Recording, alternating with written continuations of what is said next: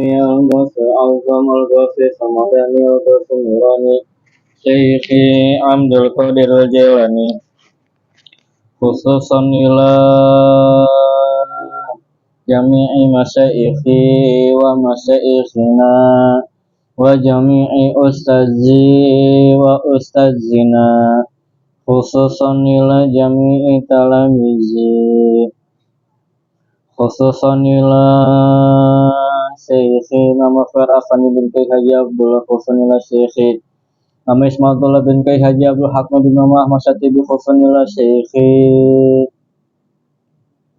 Rakyat Haji Haji Nabi khussan ila syekhi Haji Mu'min Haji Abdul Hamid khussan ila syekhi Nabi Hasan bin Muhammad khussan ila syekhi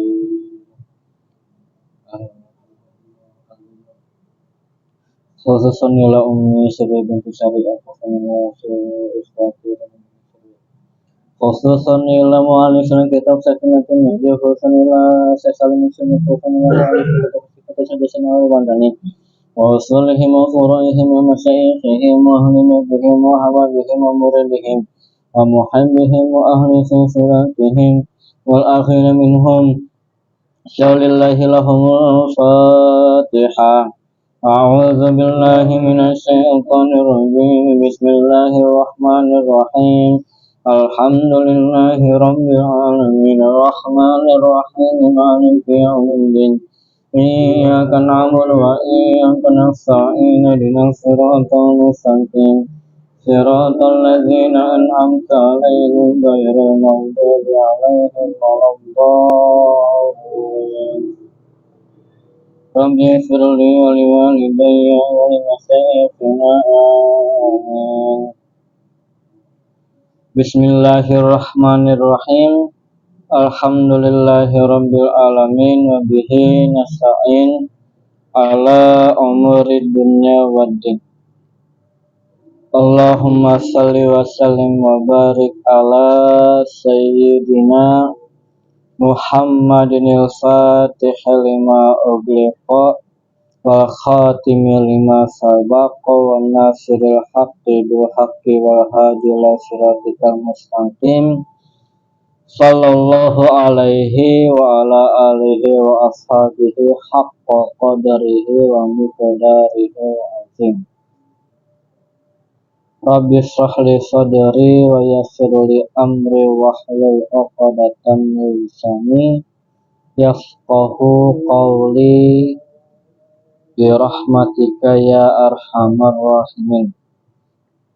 Allahumma aftah lana futuhal arifin Allahumma aftah lana futuhal arifin Allahumma aftah lana futuhal arifin bijahil Mustafa wa bikaramati sultan al-awliya syekhi Abdul Qadir Jilani radhiyallahu an wa bi barakati wa karamah jami'in masyayikhi wa bi ridha walidayya amin amin amin ya rabbal alamin.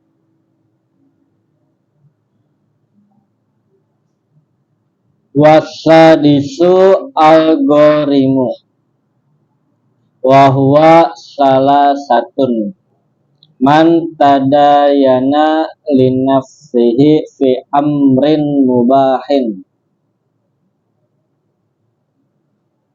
ta'atan kana aula. Yang ketiga di antara 8 golongan yang berhak menerima zakat adalah gharib yang disebutkan di dalam surat At-Taubah. Gharib artinya itu orang yang mempunyai hutang. Di dalam kitab Kasifatus saja hanya dijelaskan 3 kelompok. Tetapi di dalam kitab yang lain ada yang mengatakan 4. Yang pertama, orang yang berhutang tadayana linafsihi fi amrin mubahin ta'atan kana aula. Dia berhutang karena dirinya sendiri, karena kebutuhannya untuk taat kepada Allah atau untuk kepada perkara-perkara yang diperbolehkan. Karena orang yang berhutang mempunyai beberapa tujuan. Yang pertama, ya lu kenapa berhutang? Saya ngutang karena buat anak istri saya untuk menjalani taat. Imtisalu awamirillah wajatinabun nawahi. Atau dia punya kebutuhannya yang diperbolehkan tujuannya. Nah, yang ketiga, ada orang berhutang karena perbuatan maksiat. Jadi lu ngapa ngutang? Aduh, saya ngutang buat minum khamar, atau saya ngutang buat main slot. Buat diri sendiri. Nah, yang keempat, ada orang yang berhutang. Dia berhutang buat tujuannya mah bagus, tapi caranya yang jelek, seperti minjem pinjol melalui pinjol, melalui aplikasi, melalui kredipo, melalui mana lagi, kredit pintar, mana lagi, melalui rupiah cepat, melalui Shopify, masuk nggak? Masuk. Nah, di dalam kata Syekh Ibnu Hajar, mana yang berhak mendapatkan zakat? Si Jaed ngutang buat dirinya, tujuannya buat apa? Karena taat untuk menafkahi anak istri, makanya dia ngutang. Karena kebutuhannya nggak tercukupi, bangkrut si Jaed. Ya. Nah, si Bakar ngutang, tapi dengan perkara yang diperbolehkan. Lu ngapa ngutang, Bakar? Saya mau bangun rumah. Boleh nggak bangun rumah? Diperbolehkan. Dia ngutang tujuannya buat diri sendiri, untuk bangun rumah. Nah, yang ketiga, ini nih, si Okem. Lu ngapa Kem? Minjem Kem buat main slot. Nah, yang keempat si Ucok. Cok, lu ngapa Cok minjem duit? Ini saya buat makan, tapi minjemnya lewat aplikasi. Nah, yang dapat itu yang pertama sama yang kedua. Adapun yang ketiga dan yang keempat, dia tidak mendapatkan zakat. Tapi dalam catatan, kalau dia belum tobat, kalau dia tobat gimana? Ya, tobat nih dia nih. Saya tobatan dengan tobatan nasuha. Ini sama dijelasin di kitab As-Siqatu saja tengahnya. Nah, kalau dia tobat, masih diperbolehkan, masih mendapatkan zakat. Kalau dengan catatannya, kalau dianya tobatnya tobatan nasuha. Ini orang yang berhutang untuk dirinya sendiri.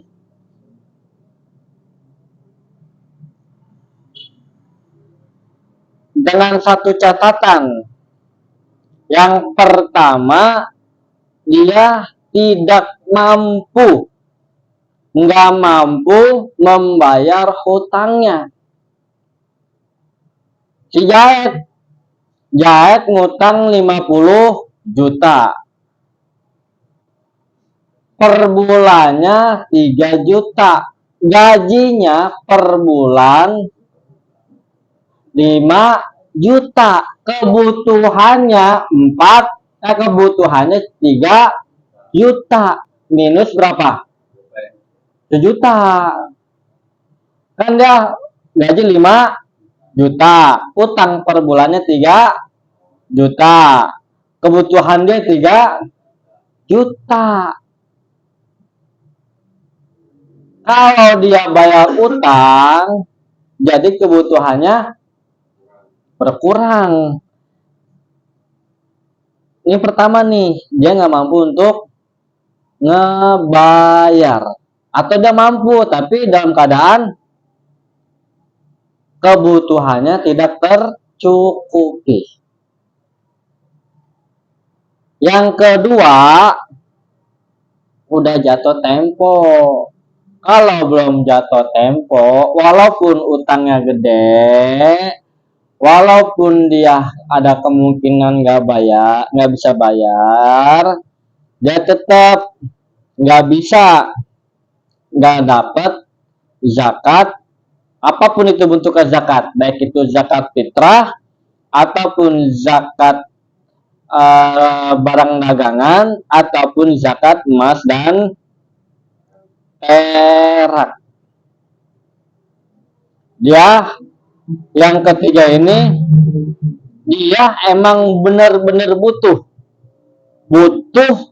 dalam artian butuh di sini, dia emang benar-benar butuh pertolongan orang lain.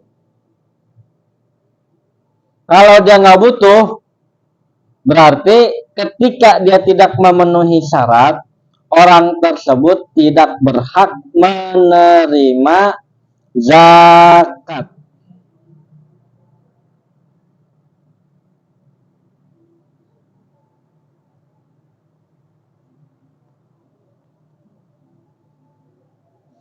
Ya, yang pertama, dia dalam keadaan nggak mampu. Yang kedua, dia mampu. Yang kedua, sudah jatuh tempo. Yang ketiga, dia butuh dibantuin sama orang lain. Yang kedua, orang berhutang, tapi bukan buat dirinya. Bang Ageng ngutang duit sama bank syariah, nggak ada hubungannya sama sekali nih mah. Cuman persyaratannya rada ribet. Yang punya siapa? Pak Haji Pendi. Contoh ini mah, Pak Haji Pendi mana? Nggak tahu, pokoknya namanya Pak Haji Pendi aja. Nah, Bang Agel ngutang bukan buat dirinya. Lu ngutang buat apaan? Saya ngutang, teman saya bertikai. Ini teman saya, Mang Roni sama Mang Soleh berantem. Mang Soleh difitnah sama Mang Roni. Lu yang ngambil duit gua ya?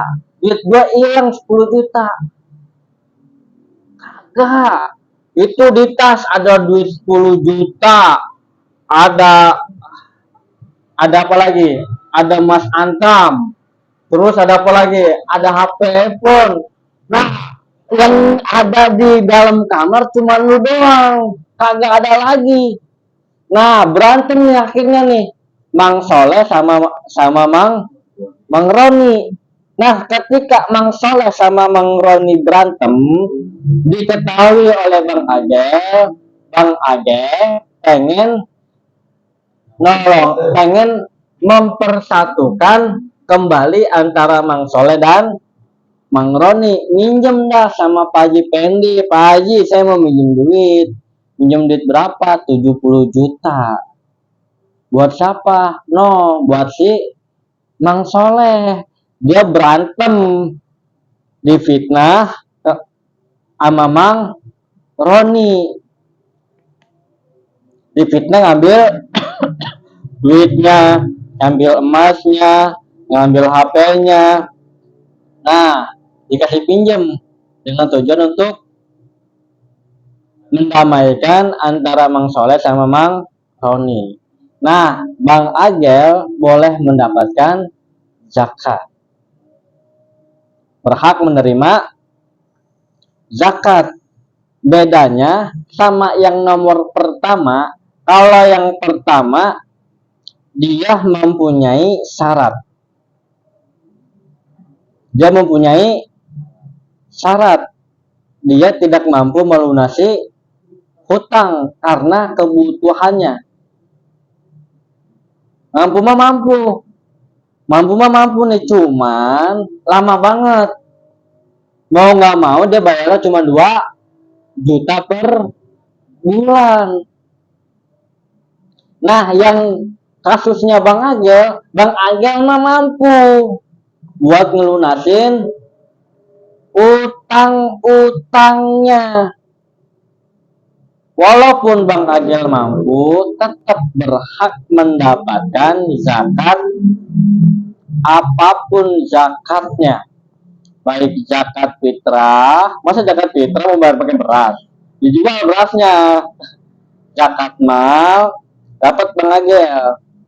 Walaupun Bang Agel mampu untuk membayar utang-utangnya.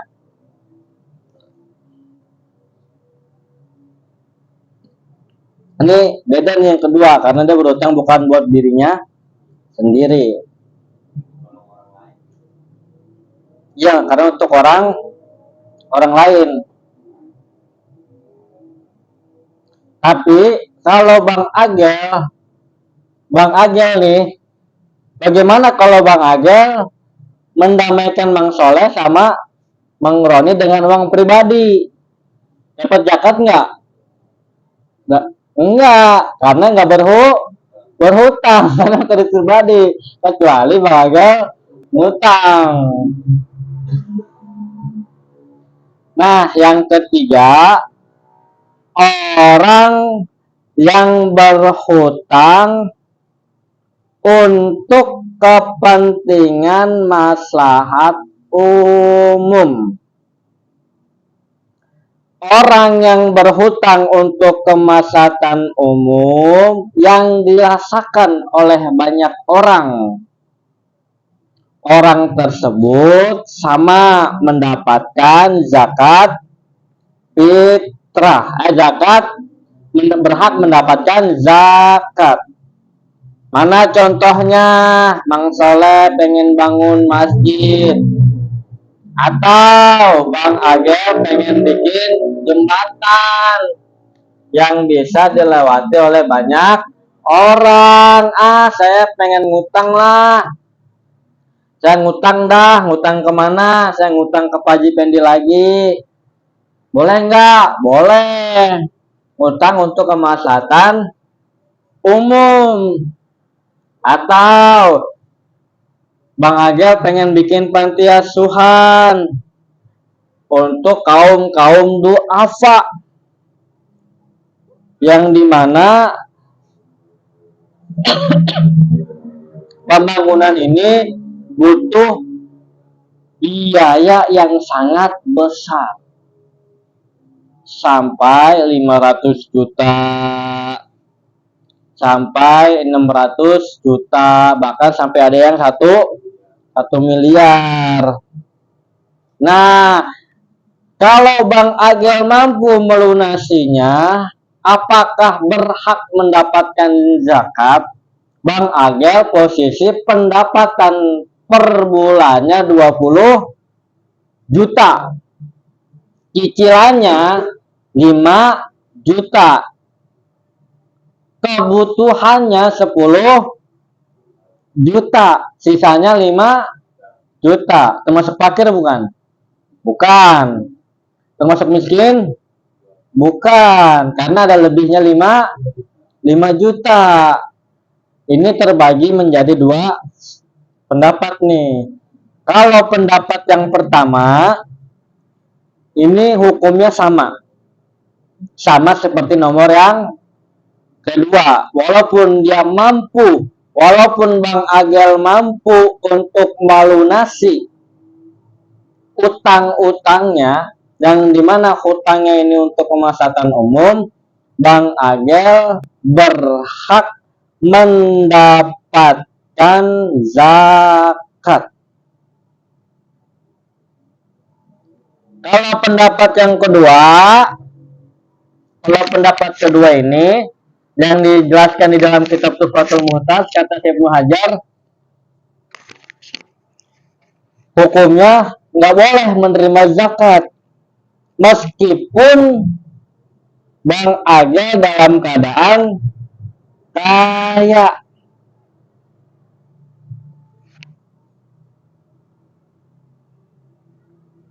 Ya, nggak dapat zakat karena Bang Agel posisinya orang kaya, kecuali Bang Agelnya orang susah. Kalau orang susah, Bang Agel baru dapat. Kalau orang kaya nggak dapat. Kalau yang keempat, apa yang keempat? Nah, yang keempat, Bang Agel punya utang. Bang Agel punya utang 30 juta. Mang Soleh nanggung utangnya Bang Agel. Ini ada yang mengatakan orang yang menanggung hutang mendapatkan zakat. Jadi nggak semua orang yang berutang itu dapat zakat ya. Lu punya utang, iya. Cicilannya berapa per bulannya? Per bulan cicilannya cuma 300.000. Gue dapat zakat lah, kayak gitu. Ya, ini gorim. Atas nama gorim juga ada syaratnya. Yang pertama, dia tidak mampu melunasi utangnya. Mampu, tapi ngesot banget untuk bayar utangnya. Yang keduanya udah jatuh tempo. Nah, yang ketiganya dia dalam keadaan butuh sama itu duit karena emang bener-bener jatuh tempo. Ya, nggak semuanya orang berutang itu punya dapat apa namanya? Dapat zakat. Lalu dapat zakat. Lah iya, gua kan punya utang. Gua punya utang sama siapa emang lu? Nah, gua punya utang 50.000 di bawah warung. Utang 50.000 doang sih. Dapat zakat. Nggak begitu ya. Takutnya nanti Bang Agel atau Mang Soleh suatu saat entah jadi apa namanya DKM masjid atau nanti suatu saat ke depannya kan kadang tahu ya, catat nih, atau jadi RT atau jadi RW, harus perhatiin yang nanggung dosanya pemimpin. Salah dikit ditanggung dosanya sama kita. Lah orang-orang awam mana tahu coba. Ya, karena yang punya tangan, yang punya kekuasaan itu RT, RW sama DKM yang berhak mengatur. Ini dapat zakat, ini nggak dapat. Lu nggak dapat zakat ya, walaupun dia dalam keadaan rumahnya biasa-biasa aja, walaupun yang kontrak satu petak orangnya 7 orang. 4 petak rumahnya mah, tapi dalam keadaan mampu, tetap dia nggak dapat zakat. Karena yang dilihat itu adalah mustahik, definisi per mustahik zakat. Definisi mustahik zakat orang miskin apa, fakir apa, terus amil apaan definisinya, terus mukatab juga definisinya apa. Nah, terus Gorim apa, Ibnu Sabil apa, Sabilillah apa. Jadi kita kudu paham satu-satu. Jangan sembrono. Berkata pokoknya dapet tanpa kita mendata, karena kan RT punya data. Punya punya data. RT yang paling paham warganya. Kenapa? Kenapa paling berat itu jabatannya tuh RT sama RW? Ya karena mereka yang paham ngadepin langsung warga. Ya, sekelas Sayyidina Umar itu ketakutannya itu luar biasa. Andai kan ada rakyat yang kelaparan, nangis Sayyidina Umar. Jadi sekarang siapa jabatan yang paling tertinggi di Indonesia emang? Presiden? Bukan, RT. Jabatan tertinggi tuh. Mau siapa dulu? Ke RT kan semuanya. Emang ke presiden. Aduh. Ya iya. Pertama itu. Makanya ya sepele kayaknya ya. Tapi tanggung jawabnya itu luar biasa. Sama. Jadi presiden apalagi memikul memikul jutaan manusia. Sehelai rambut aja kita menghadap Gusti Allah untuk dipertanggungjawabkan. Ini selai rambut kita nih. Kita belum tentu mampu mempertanggungjawabkan selai rambut kita. Apalagi jutaan manusia. Itu sekelas presiden. Kalau RT sama. Halnya seperti itu juga. Karena nampak dia berkaitan sama warganya, apalagi ngebahas masalah tentang bab zakat, yang dimana zakat termasuk salah satu rukun Islam. Maka tidak boleh sembarangan mengambil keputusan, karena ini adalah salah satu ibadah yang sangat luar biasa. Sedekah ada nggak rukun Islamnya? Nggak ada. Ada juga zakat. Walaupun zakat itu adalah sedekah, tapi yang maksud saya ini adalah sedekah sunnah. Kalau zakat kan identiknya itu zakat bukan zakat fitrah, zakat wajib, sedekah yang wajib. Tapi ketika kita bilang sedekah, itu otomatis tertuju ke sedekah sunnah. Kurban wajib nggak? Sunnah.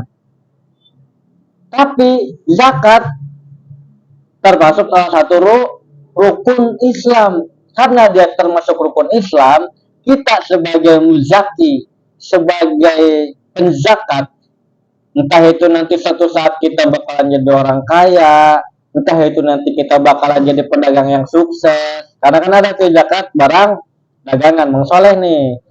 Harus dihitung tuh. Nanti kita harus kita harus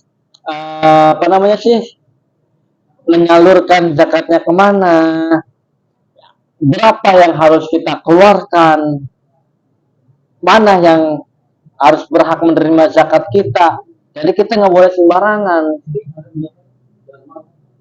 Oh, nggak ada di sini mah. Adanya nanti ntar ada tuh nanti di Bapak Pasir masih lama. Mudah-mudahan aja nyampe 3 tahun keburu ya. Mudah-mudahan aja. yang penting ngajinya yang ngerajin.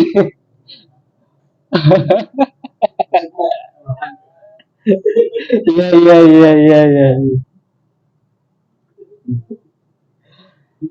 Ini makanya paling bahaya nih masalah zakat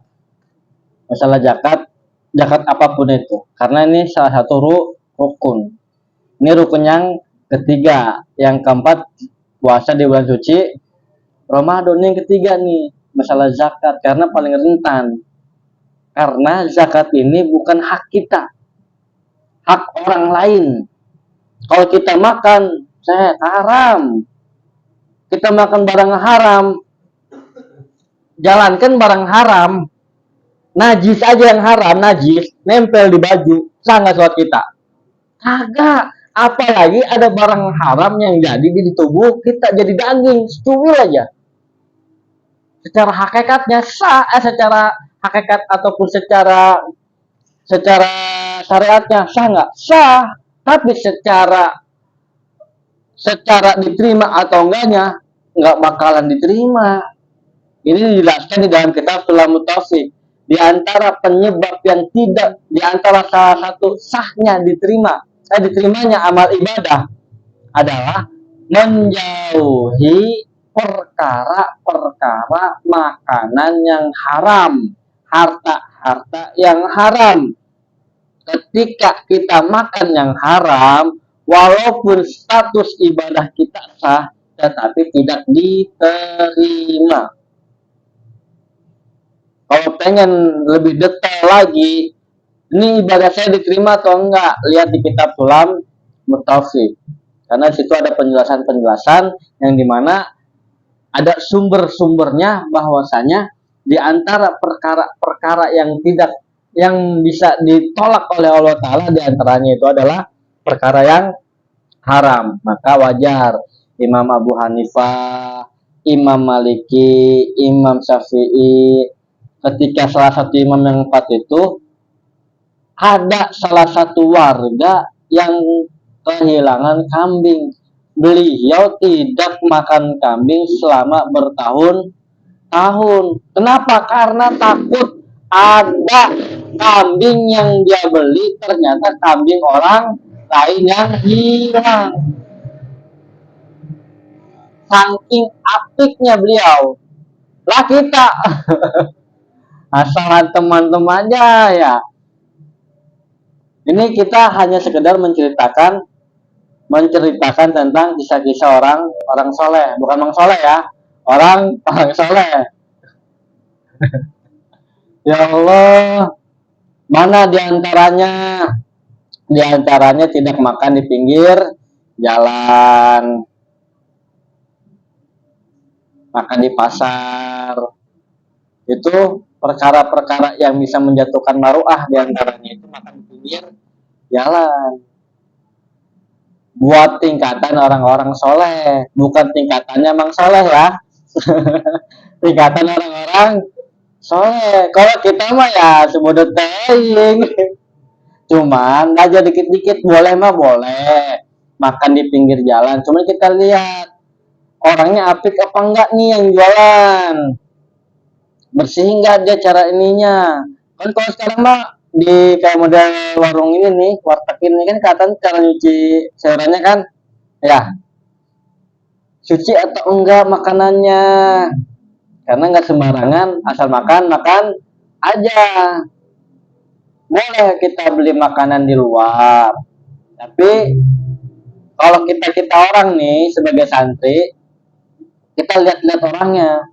Oh, ini pecel lele ini nih, ada tuh satu pecel lele alumni Miftahul Huda. Itu semua kiai alumni Miftahul Huda nggak mau makan pecel lele kecuali di beliau. Orang ada di mari nih. Beliau nggak mau. Semua tuh alumni Miftahul Huda pusat nggak mau beli yang di Jakarta ya, nggak mau beli pecel lele kecuali ke dia. Kalau ke orang lain dia takut karena nggak bisa mensucikan leleknya, karena kebanyakan orang direndam. Ya, udah gitu lele kan banyak yang jatuh ke bawah, dimasukin lagi ke air, dicuci, terus digoreng, minyaknya jadi najis, lelenya jadi najis, dimakan barang najis. Ketika najis nggak boleh dimakan. Kalau dimakan hukumnya haram. Kenapa haram? Karena makan najis. Hmm? Oh semua. Iya betul. Ada yang haram juga ternyata.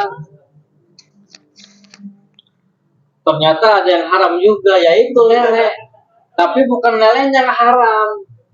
caranya dia penjual itu yang membuat makanan tersebut menjadi haram, yang menempel di lelenya yang jadi haram. Apa itu? Kotorannya, najisnya yang nggak kelihatan. Najis kan terbagi menjadi 3, mukhafafah, mutawasito kebagi 2, mutawasito ainiyah, mutawasito hukmiyah. Nggak kelihatan najisnya mah. Oh, berarti mutawasito hukmiyah. Tapi cara mensucikannya nggak suci. Oh, berarti makanannya najis. Perkara-perkara yang haram itu usahain kita orang santri nih, santri kalong, santri kalong lagi. Usahain jangan sampai makan yang barangan. Terus kalau belum bisa ya nggak apa-apa. Ya belajar dikit-dikit. Kita mau makan, tapi kita pilih-pilih dulu. Ya, jajan juga sama. Karena mau sampai kapan kita tingkatan kita ini tingkatan bumi kalau kata guru saya emang nggak mau ke langit. Masa mau di bumi terus? Mau kapan ke langitnya? Maksudnya mau ke langit itu kapan kita sampai ke tingkatan orang-orang yang salik, belajar pelan-pelan kita menuju Allah Ta'ala. Orang yang berjalan menuju Allah, tapi saya jatuh mulu, nggak apa-apa. Saya jatuh mulu sampai sering jatuhnya kaki saya bincang sebelah, nggak apa-apa. Saya ngesot ini, udah jalan aja. Walaupun jalannya ngesot ke Allah Ta'ala. Bahasa kasarnya tuh, saking kasarnya kita jatuh terus ke Allah Ta'ala. Saya udah berusaha tobat, begini lagi aja. Jangan bosen. Saya malu, buang dulu malunya, ditaro. Karena timbul rasa malu, nanti timbul ngegampangin. Gampang. Allah Maha Pengampun, sehingga timbul perkara-perkara yang menyepelekan dosa-dosa kecil ataupun dosa besar. Gampang, Allah Maha Pengampun. Kalau orang udah menggampangkan perkara-perkara yang haram, dosa-dosa kecil ataupun dosa besar, itu tandanya Allah sudah memasrahkan hambanya kepada setan. Itu dijelaskan di dalam kitab Wasoya. Wah, paling bahaya itu. Paling bahayanya seorang hamba ketika udah semurka-murkanya Allah kepada itu hamba, ketika hamba tersebut sudah mempunyai sifat menggampangkan ampunan Allah. Gampang, Allah mah Maha Pengampun, tenang aja. Ayo kita minum lagi. Ya, tenang, kalau Maha Pengampun. Ayo kita main cewek-cewek lagi. Gak begitu juga. Takutnya lo giliran main cewek tewas. Dan gak ada umurnya. Kalau gue belain balik. Ya, urut tewas repot. Set, berarti di atas perut orang. Nauzubillahi min dzalik. Jangan sampai ya Allah. Nah, yang keempat, orang yang menanggung hutang orang lain. Dia berhak menerima zakat. Gak mutlak nih, karena ada empat pembagian. Yang pertama, Bang Agel sebagai pihak penanggung utang, ya, penanggung utang atau penanggung jawab. Bang Soleh sebagai pihak yang ditanggung. Mang Agel sama Mang Soleh dalam keadaan sama-sama nggak mampu untuk melunasi utang. Maka dalam keadaan Mang Soleh sama Bang Agel seperti ini berhak menerima zakat senilai nominal yang dibutuhkan oleh Bang Agel untuk melunasi utang-utangnya Mang Soleh. Ya. Nah, yang kedua, Bang Agel sebagai pihak penanggung hutang.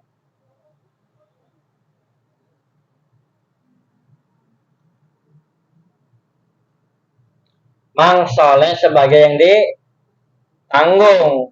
Mang Soleh mampu buat bayar utang, Bang Agel yang sebagai penjamin yang menanggung utangnya Mang Soleh sama mampu untuk membayar utang. Walaupun Bang Agel menjamin utangnya Mang Soleh, tapi dalam keadaan Bang Agel sama Mang Solehnya mampu, maka Bang Agel sama Mang Soleh tidak berhak menerima zakat.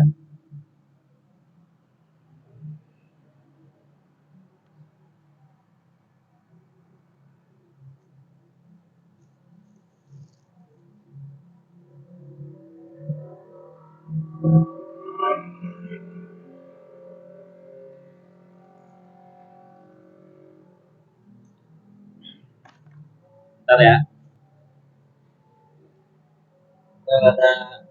Rada ribet nih bikin contohnya.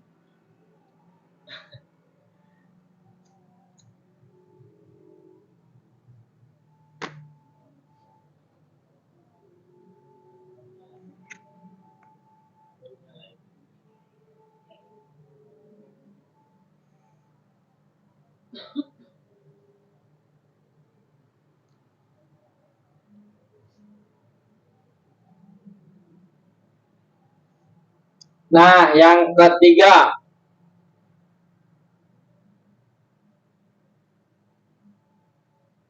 Bang Agel sebagai penanggung hutang, Mang Soleh sebagai yang ditanggung hutang. Bang Agel sebagai penanggung hutang tidak mampu melunasi utang-utangnya Mang Soleh. Sedangkan Mang Soleh sebagai pihak yang ditanggung dalam keadaan mampu untuk melunasi utang-utangnya Mang Soleh sendiri. Tapi karena ada berhubung ditanggung, jadi mau ngapain saya bayar utang? Orang saya dari tanggung kok sama Bang Agel, bener nggak? Ini terbagi menjadi dua nih. Pertama, apabila Bang Agel pihak yang menanggung utang ketika ingin menanggung hutang ke Mang Soleh sudah mendapat persetujuan Mang Soleh. Nah, maka pihak penanggung hutang siapa? Bang Agel tidak berhak menerima zakat. Nah, sedangkan apabila Bang Agel tidak mendapatkan persetujuan ketika menanggung utangnya Mang Soleh, nggak dapat persetujuan dari Mang Soleh, tapi Bang Agel tetap menanggung utangnya Mang Soleh, nah maka Bang Agel berhak menerima zakat. Ini pendapat yang sahih.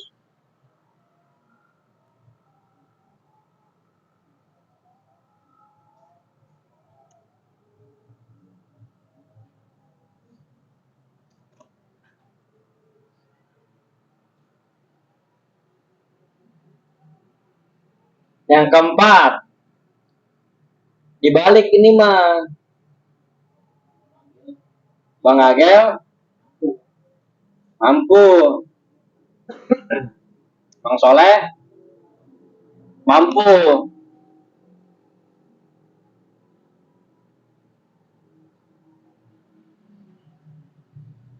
Ini mah ya tetap ini mah masih dalam ranah khilaf, tapi kalau asohnya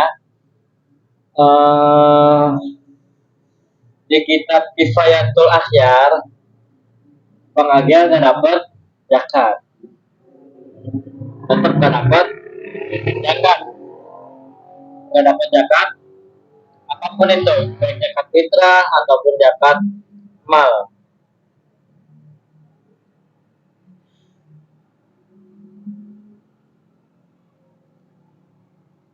Wasab asabiu sabilullah,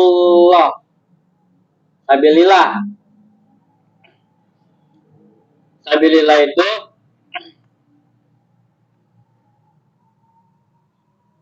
orang-orang yang berjihad di jalan Allah. Wahwa wallahu a'lamu bis. Doa. Wabin fa'na bima alantana rabbi alimna alladzi yanfa'una rabbi faqina wa faqi alana wa qara ilana fi dinina bita'alumi tawassalna bita'alimi tarzuqana wasi'ah wa amitarzuqana amani